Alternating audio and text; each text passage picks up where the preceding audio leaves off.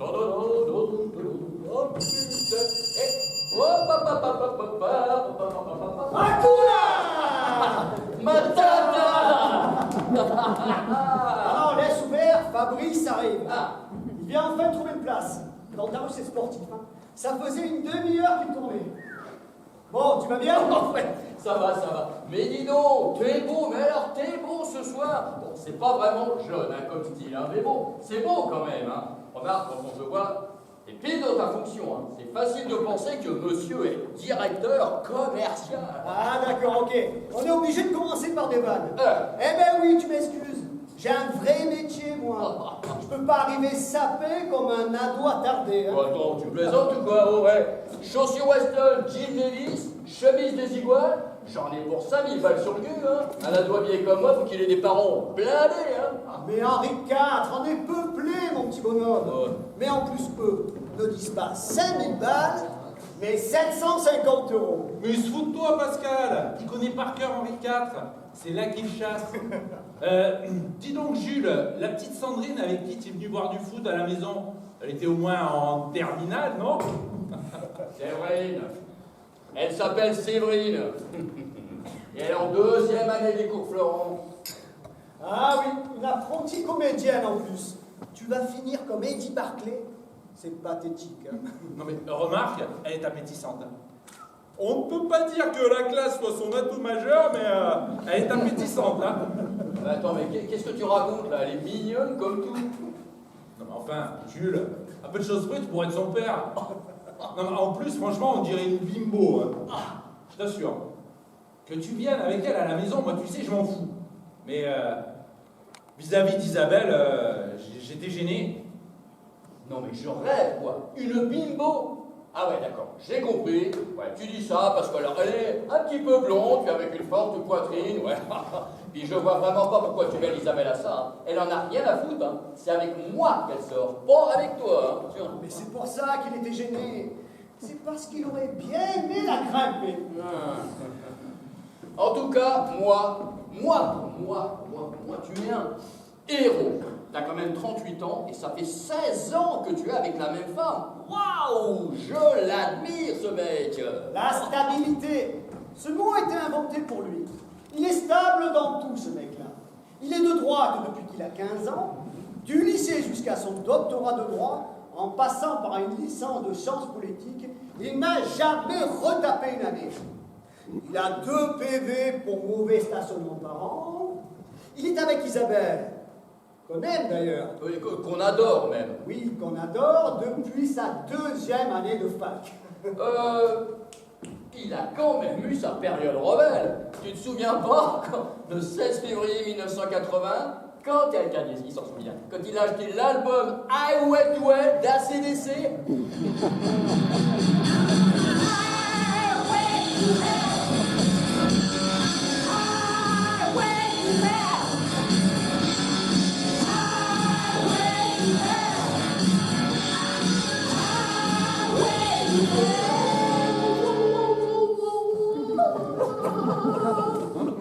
Ah oui, là j'avoue que c'est le moment où on a eu peur de te perdre.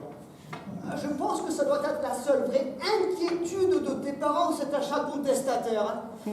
Ah non, ils ont été très inquiets au moment de mon soutien à Balladur. Moi aussi d'ailleurs. Ah oui, mauvaise pioche. Pourtant, je comprends pas. Voilà un mec que je trouvais super proche de nous, proche de notre époque. Bon, peut-être un petit peu trop populaire. Hein. Attends, pour Fabrice, Chirac, c'est un punk. Écoute, bon alors, comment va notre Isabelle nationale? Bien. Ah. Elle va bien. Bon, elle me tanne un peu pour en avoir un 3e, mais là je te dirais que j'ai pas super envie de remettre le nez dans les couches, les biberons et tout le merdier. Ouais, bah ça, ouais. C'est pas moi qui dirais le contraire. Hein. Ah, dis-moi non plus, hein. Non mais pour être tout à fait honnête, il faudrait qu'un gosse il ait tout de suite 7 ou 8 ans, tu vois, qu'il puisse tenir des conversations, tout ça. Ah, ben ça c'est l'idéal. On pourrait tout de suite l'amener au tennis, au foot. Il ne nous emmerderait pas des mois et des mois la nuit. Il ne nous collerait plus la honte au restaurant. On aurait pu changer la table basse et tout ce qu'il y a dessus. Et même qu'on sache tout de suite que c'est un garçon, hein. Et alors là, même moi, je signe. Non, c'est vrai, moi, j'adore mes enfants. Vous savez. Oui. Non mais quand ils sont bébés, ça t'attendrit 10 minutes par jour. Et le reste du temps, ça nous fait chier. Ouais. Bon, on est tous d'accord, hein. Le problème, c'est qu'on nous oblige de plus en plus à penser autrement, à penser contre nature, en quelque sorte. Ah non, je t'arrête tout de suite. Il y a des mecs qui adorent s'occuper de leurs bébés, de les nourrir, de les changer, qui connaissent par cœur les marques de lait et leur dosage dans le biberon, qui savent au gramme près combien pèse leur membre à 4 mois, et comme le numéro du pédiatre en mémoire. Oh, t'en connais beaucoup, toi, des mecs pareils? Perso, non. Ah, mais t'en vois plein à la télé, dans les reportages et de la rue. Enfin, ce genre d'émission-là, quoi. Ah, voilà, c'est ça. La grande manipulation médiatique. Mais oui, tu as raison, on est victime d'un infâme complot. Dieu donné. Mais tu crois pas si bien dire, hein. Parce que, primo, si on avait autant que ça des mecs pareils, ben on ne te montrerait pas à la télé, genre, regardez, ils sont au tableau d'honneur, hein. Et deuxième, mon pote, le roi lion. Et ça, c'est pas innocent, hein. Le roi lion, excuse-moi, mais là, je ne te suis pas vraiment. Hein. Putain, ça sent l'énorme analyse de fond, là. Non, et les gars, quand on était gosses, nous, bah, on a eu Bambi, ok? Oui, et Casimir aussi. Et le capitaine Flamme! Capitaine Flamme, tu n'es pas de notre galaxie. Non mais, si tu analyses Bambi dans sa globalité, quand Bambi naît, on te montre son père seulement au début du film. On te montre un grand cerf majestueux, fier de sa progéniture, et c'est tout, tu ne le revois plus jusqu'à la fin du film. Si tu revois un petit peu ce grand cerf au milieu, t'as compris là, le grand cerf majestueux qui vient du haut d'un rocher pour jeter un œil bienveillant sur sa petite famille, et c'est tout. Tu ne le revois plus jusqu'à la fin du film, quand la mère de Bambi meurt et qui vient pour sauver Bambi des flammes, quoi. Ouais, et ben, On peut prendre quelques minutes là, parce que moi, Bambi, à chaque fois, ça me... Ouais, alors, ben, 20 ans après, le même studio te ressort un film, Le Roi Lion. Et ben c'est exactement l'inverse. Tu vois la mère seulement au début du film, et hop, c'est fini. Tu ne le vois plus. Le petit est tout le temps avec son père. En gros, il y a 20 ans, on te signifiait que l'ordre social, c'est que la mère élève les enfants, pendant que le père veille au bon fonctionnement de sa progéniture, pour ne revenir qu'à l'adolescence, vraiment cruciale, où l'enfant a besoin de son père. Et depuis 10 ans, on t'amène gentiment à penser que la mère ne sert à rien du tout, et que le père doit être là tout le temps. On se demande bien ce qu'elle fout tout ce temps-là, la mère du roi lion, hein. elle va faire des coups, c'est dépensé la route du royaume. J'ai toujours pensé que c'était le salope, cette réunion. Enfin, moi, je me vois mal expliquer ta théorie du roi lion à Isa à 7h du mat, quand elle me demande d'aller m'occuper des gosses, hein. Non mais, il faut pas que tu lui expliques ça simplement à 7h du matin, hein. Il faut que tu lui dises ça tout le temps. Il faut leur rabâcher qu'elles ont épousé des maris, pas des pères. Trop tard, hein. Le pli est pris. Eh bien, moi, au moins, j'ai plus ce genre de problème. Ça me coûte 5000 balles par mois de pension pour ne plus avoir ce genre de problème. Ça s'arrange avec Virginie? Ah, disons que ça s'est calmé. J'ai les gosses le mardi soir et un week-end sur 2. On arrive à se parler sans trop s'engueuler. Bon, je crois que les gamins se sont bien fait à la situation. Enfin, le classique des divorcés, quoi. Putain, waouh. Et quand je vous écoute, les mecs, c'est une pub pour le célibat, hein. Waouh. Bon. Quelle heure est-il? 9h moins 10. Moins 8, pourquoi? Pourquoi? Vous n'avez rien remarqué. T'as été chez le coiffeur? Ah, t'es toujours aussi con, toi. Non mais à chaque fois que ma femme me pose ce genre de questions, c'est ce que je réponds dans la seconde. Et ça marche toujours. Hein. À moins que tu te sois fait faire les ongles. Et dans le cas présent, j'y crois moins. Moi aussi. Non mais bon, blague à part, vous n'aviez pas remarqué qu'il y a 4 couverts sur la table? Oh non, Jules, je te préviens. Si tu nous refais le coup de la pute, moi je me casse. Hein. Ah, je suis venu pour dîner avec mes potes et j'ai pas du tout l'humeur à ce genre de conneries. Hein. Attends, c'était marrant. Cher, mais marrant. Non mais attendez les gars, c'est pas ça du tout là. Tu parles 3000 balles pour sa danse toute pourrie. Ah, en plus, elle avait un gros cul de moi. Mais puisque je vous dis que ça n'est pas ça les gars. Mais dis-moi, si ma mémoire est bonne, tu t'étais pas fait un peu tripoter les couilles au travers du pantalon, toi, quand même, hein? Ouais, comme toi, mais c'était pour ne pas gâcher l'ambiance. Et puis tu m'excuseras, mais ce n'est pas mon plus grand souvenir érotique quand même. Hein. Non mais oh, je vous dis que ça n'est pas ça du tout. C'est 1000 fois mieux. C'est la surprise du siècle. Quelqu'un qu'on connaît? Ah, grave. Qu'on aime bien? Obligé. Attends. Un homme ou une femme? Et une femme. Adrien Lacarambeu! Bon, allez, vas-y, balance. Bon, je vous donne un indice. Oh, t'es lourd, fais-nous gagner du temps, dis-nous qui c'est. Mais attendez.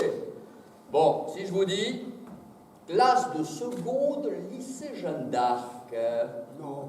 Margot? Margot Vernou, mais je te crois pas. Non mais je jure que c'est Margot!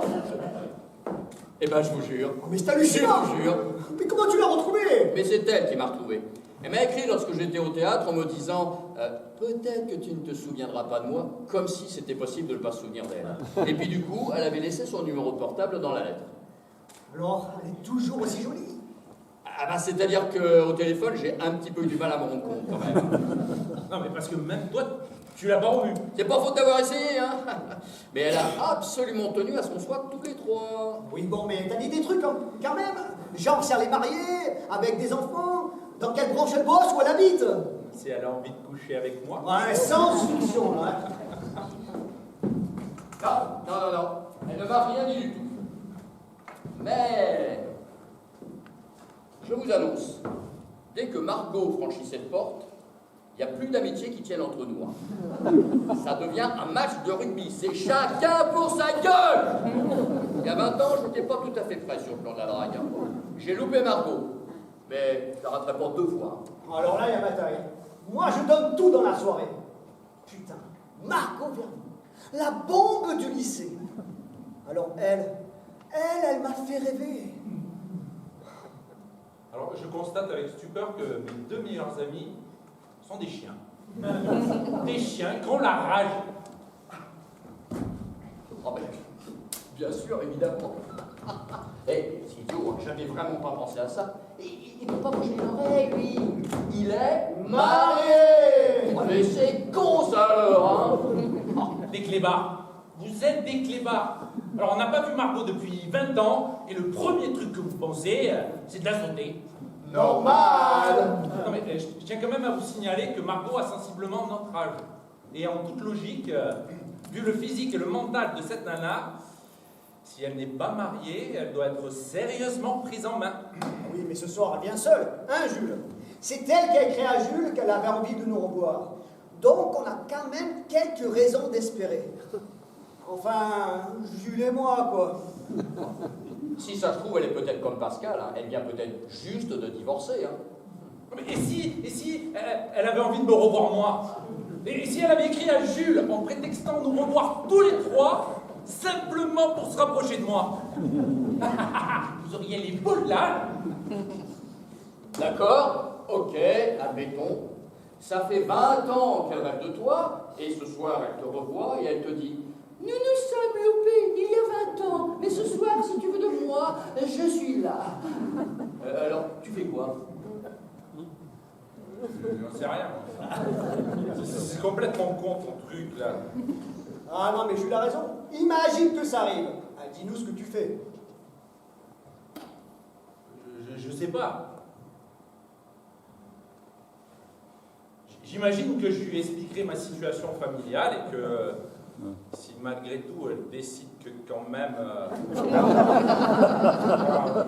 on essaierait pour voir. Ah ben mon salaud. Et c'est nous que tu traites de chien. Eh ben là, tu me déçois. 16 ans d'amour, un mariage, des enfants. Tout ça qui saute en une soirée pour une fille que tu n'as pas vue depuis 20 ans. Eh ben là, pour moi, c'est un mythe qui s'effondre. Je suis déçu. Déçu. Non mais je dis ça pour vous faire plaisir.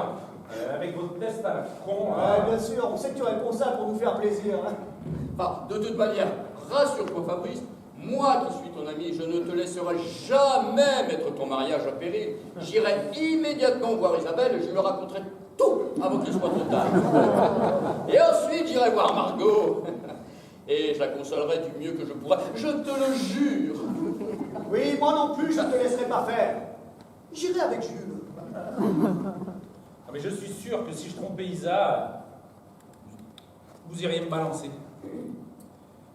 C'est pour ça que si ça arrivait un jour, je vous le dirais même pas. Alors là, je crois qu'on vient de lever un lièvre. Tu as trompé Isa? Pas du tout. Tu vas la tromper. Mais non. Tu as envie de la tromper? Oui. Mais j'ai pas envie d'en parler. Ouais. Bon, de toute manière, ça s'explique pas ce genre de truc, hein. Moi, j'ai toujours pas compris pourquoi dès que j'allais coucher avec une fille, bah, j'avais déjà envie d'une autre, alors. Ah oui, mais toi, t'es un malade. Hein. C'est différent, tu sais ça, moi, que t'es malade. Ouais, je le sais, oui, moi je le sais. Hein. En tout cas, Fabrice, je te rassure, hein, si tu dois tromper Isa, je ne le dirai pas. Sauf si c'est Margot. Parce que si c'est Margot, tous les coups sont permis. Hein. Ah bah tiens, justement, ça, si ça se trouve, c'est elle. Hein.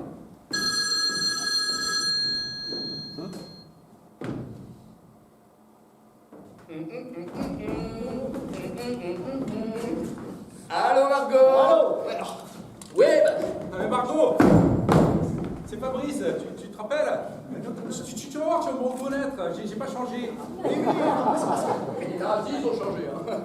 Oui, Margot, bonjour Margot, tu vas bien? Oui, ça va, oui. Bah, comme tu peux le voir, on est là, on est tous les là, trois. on t'attend. Voilà, on t'attend. Bah, oh là là, ils sont super contents de te voir. Ouais, là, on a Ouais. un fou. Oui. Oui, je sais, Margot, c'est très, très compliqué pour se garer dans la rue, ça. Mais toi, quand même. Oui. Oui, alors, je te donne le code. C'est le A 1995 et c'est au numéro 5. Voilà. Et c'est juste la porte qui est en face de toi. Tu peux pas te tromper. Et je suis au rez-de-chaussée. Allez, dépêche-toi. Hein. Allez, on Voilà, t'attend. ils sont impatients, ils Ah, t'attendent, ils c'est- sont il fait contents. chaud, là, Hein, il fait voilà, chaud. il fait chaud. Bon, ben on t'attend, hein, Allez. voilà. Un petit bisou. Un bisou. Un bisou, un petit bisou. Gros bisou. Bisous, Marco, voilà. Allez, à tout de suite. Hein. Ah, vous êtes chauds, les gars, hein, vous êtes chauds. Ça fait longtemps qu'on attend quand même. Mais vous savez, c'est bien les grossesses. Hein. Elle m'a demandé à quel étage j'étais parce qu'elle n'aime pas les ascenseurs. On s'en fout, ouais, c'est bon. Bah, quand même, elle me l'a dit. Hein. Enfin, si ça se trouve, c'est devenu un pou. On aurait l'air con. Ouais, évidemment, ça gâcherait un peu la soirée. On n'aurait plus qu'à évoquer les souvenirs de lycée. Mais bon, vu comme elle était à 15 ans, je vois mal comment elle pourrait avoir mal vieilli. Parce qu'elle était super méga bonne. Ouais, ben moi je rejoins un peu Fabrice parce que bon, franchement j'imagine pas moche. Hein.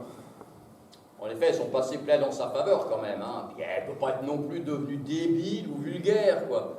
Je viens quand même de la voir au téléphone pour la 2e fois et sa voix me fait toujours autant d'effet. Hein. Elle est super sensuelle. Waouh. En revanche, elle a quand même forcément vieilli. Et chez une femme, ça marque vachement plus que nous, les mecs. Mais si, ça. Vous rigolez ou quoi? Ça marque vachement Non plus. mais attends d'abord, elle a 35 ans là. Oh, c'est Marco qu'on attend, c'est pas Lise Taylor. Hein. Ah, mais tu sais bien que pour lui, dès qu'elles ont passé 25 ans, elles sont ménopausées. Alors. Non mais, sans déconner, les mecs. Une femme passée 35 ans, bon, à part peut-être quelques petites ridules au coin des yeux, hein, voilà. Mais sinon, c'est tout, hein. Ah, moi j'aime bien ça, les ridules. Alors, je m'en fous. Moi j'adore les ridules. Mais non, mais moi aussi j'aime bien ça, les ridules, c'est pas le problème, en plus ça leur donne du charme. Mais par contre, ce que j'aime pas, c'est leur peau. Quoi, la peau? Mais comment ça, quoi, la peau? Passé 35 ans, elles ont la peau molle. qu'est-ce que c'est que ces conneries? Voilà. Non, elles sont là pour moi. Mais non, qu'est-ce que c'est ces conneries? Elles ont la peau molle. Mais Isa, elle a 35 ans aussi, elle a pas la peau molle. Mais parce que tu t'en rends plus compte, tu t'y habitues. C'est vrai que moi, du temps de Virginie, je faisais pas gaffe. Mais depuis que je recommence à être sur le marché, faut bien admettre que plus jeune, eh ben, c'est plus ferme. Non mais Isa, elle a la peau super ferme. Et puis, d'abord, elle fait du sport 2 fois par semaine. Et puis, d'abord, il faut pas faire des généralités